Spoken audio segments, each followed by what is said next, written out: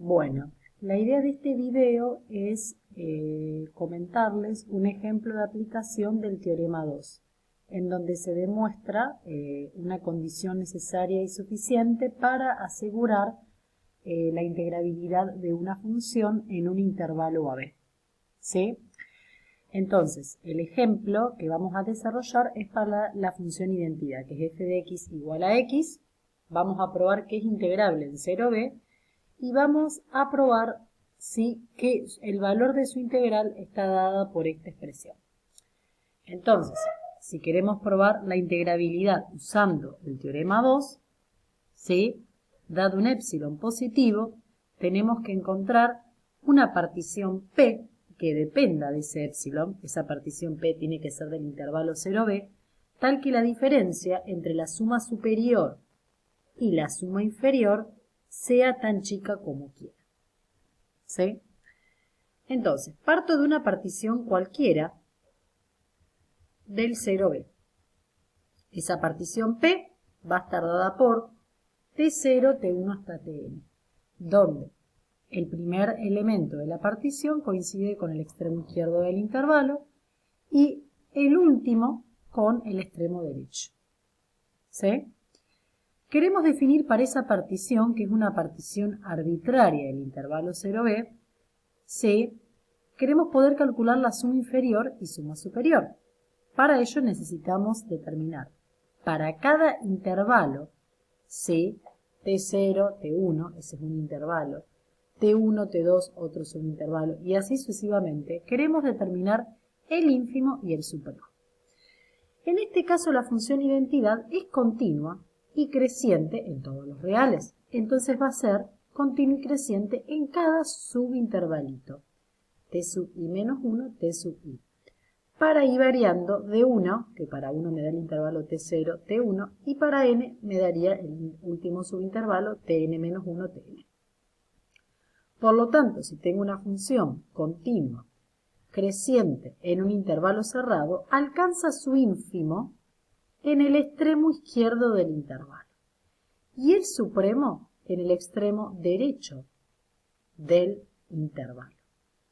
Pero como es la función identidad, el ínfimo me va a quedar directamente T sub i menos 1 y el supremo me va a quedar T sub i.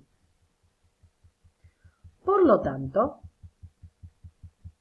acá que apareció medio clarito, por lo tanto, la L de f de P, escribo su expresión, va a ser igual a T sub i menos 1, que sería el ínfimo, por Ti menos Ti menos 1, que sería el subintervalito. Lo mismo para la suma superior, colocando el Ti, que en este caso va a ser el supremo en cada subintervalo. En este caso, el ínfimo coincide con el mínimo y el supremo con el máximo. Bien, dado que llegamos a estas expresiones para la suma inferior y suma superior, nosotros queremos facilitar las cuentas. A nosotros el teorema nos dice que dado un épsilon tenemos que hallar una partición P. En particular, vamos a probar que esa partición va a ser regular. Primero, ¿qué es una partición regular? Una partición regular, de un intervalo, en n si yo tengo una partición del intervalo 0b en n subintervalos, ¿qué significa? Que cada subintervalo tiene la misma longitud. Por lo tanto, si tengo el intervalo 0b, la longitud de ese intervalo es b. Y si la voy a dividir, la voy a particionar teniendo en cuenta n subintervalos, cada subintervalo, ¿qué longitud va a tener que tener? La longitud del intervalo, que en este caso es b, sobre n. Ahí vemos, la idea es encontrar una expresión, para todos esos subintervalos. Para cada uno de los puntos de la partición. El punto T0 es igual a 0. Para ir al próximo elemento de la partición, tengo que sumar P sobre N. Este sería el T1. El T2 va a ser, me muevo B sobre N de nuevo, o sea que va a ser 2 veces B sobre N. Hasta el enésimo elemento de la partición, que va a ser N por B sobre N. N veces esa expresión que me va a dar el B. Por lo tanto, voy a obtener que el t sub i, el yésimo elemento de la partición, va a ser igual a i veces el b sobre n. Teniendo en cuenta esa expresión, ¿sí?, del ti y usarlo en la suma inferior y en la suma superior, vamos a tener un formato de la suma inferior y la suma superior para el caso de particiones regulares. Coloco, en ese caso habíamos tenido que era ti menos 1, el ínfimo, pero el ínfimo es igual a i menos 1 por b sobre n. Lo junto, esta expresión me va a dar b cuadrado sobre n cuadrado, lo puedo sacar de la sumatoria, lo sacamos de la sumatoria, ¿sí? Lo saco de la sumatoria y me queda la sumatoria de i igual a 1 hasta n de i menos 1. Pero cuando i vale 1, esto vale 0, y el 0 no me aporta nada en la suma. Y cuando i vale n, me da n menos 1. O sea que a esto lo puedo reescribir como la suma de i igual a 1 hasta n menos 1 y colocarle directamente n. O sea que estaría teniendo la suma de los n menos 1 primeros números. Eso es una cuestión que posiblemente hayan demostrado por inducción. ¿Sí?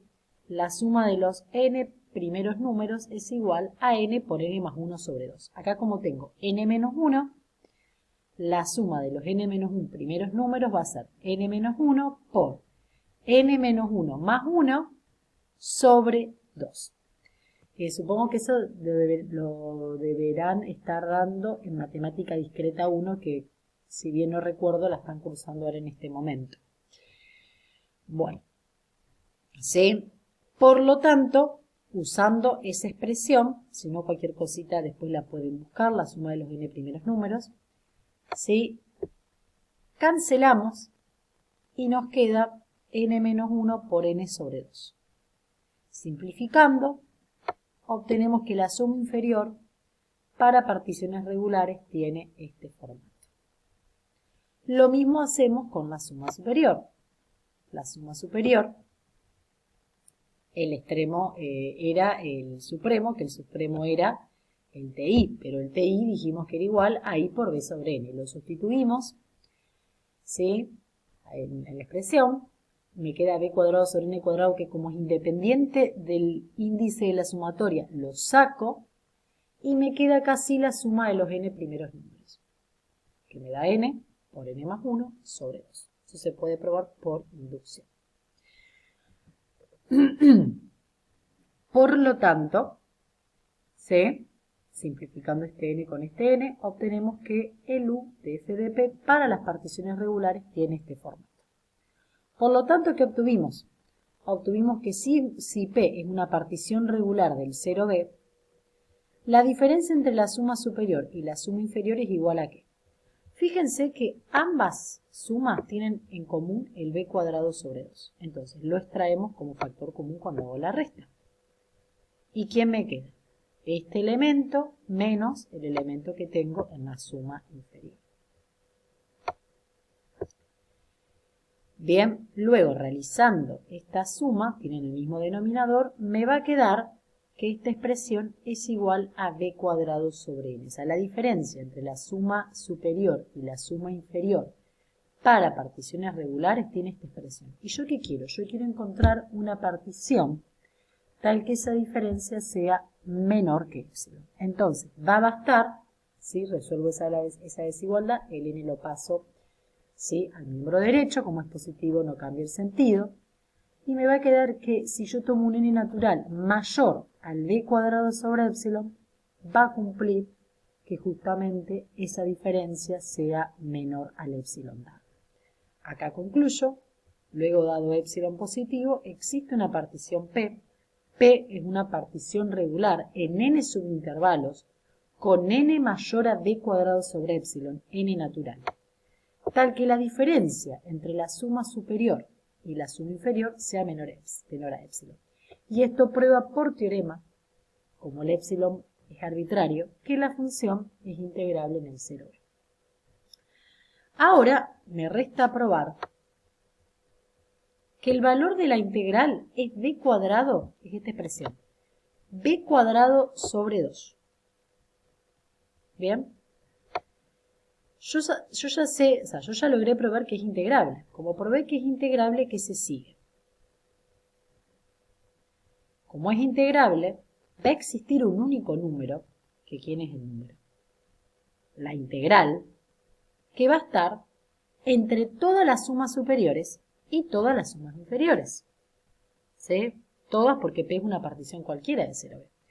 En particular, si va a existir un único número entre todas las sumas superiores y todas las sumas inferiores, ese número va a tener que estar también en particular para todas las sumas, entre todas las sumas inferiores y todas las sumas superiores de las particiones regulares. Pero ¿quiénes son las sumas inferiores de las particiones regulares? Ahí me faltó un paréntesis.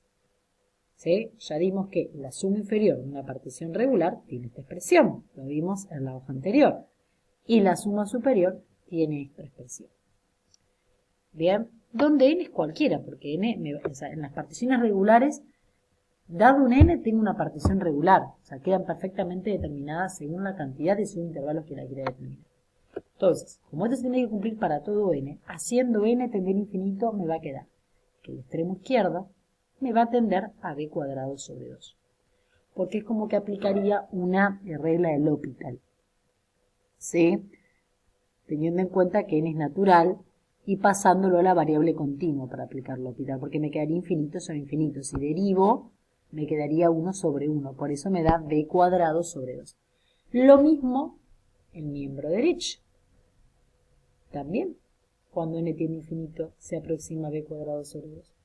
Por lo tanto, si este número tiene que estar entre todas las sumas inferiores y todas las sumas superiores, y para las particiones regulares con n muy grande, esto se me va a b cuadrado sobre 2, estos dos miembros o sea, tienden al mismo número, se va a tener que seguir que el valor de la integral por el teorema de la función sándwich va a tener que ser b cuadrado sobre 2. Y con eso quedaría completo la demostración.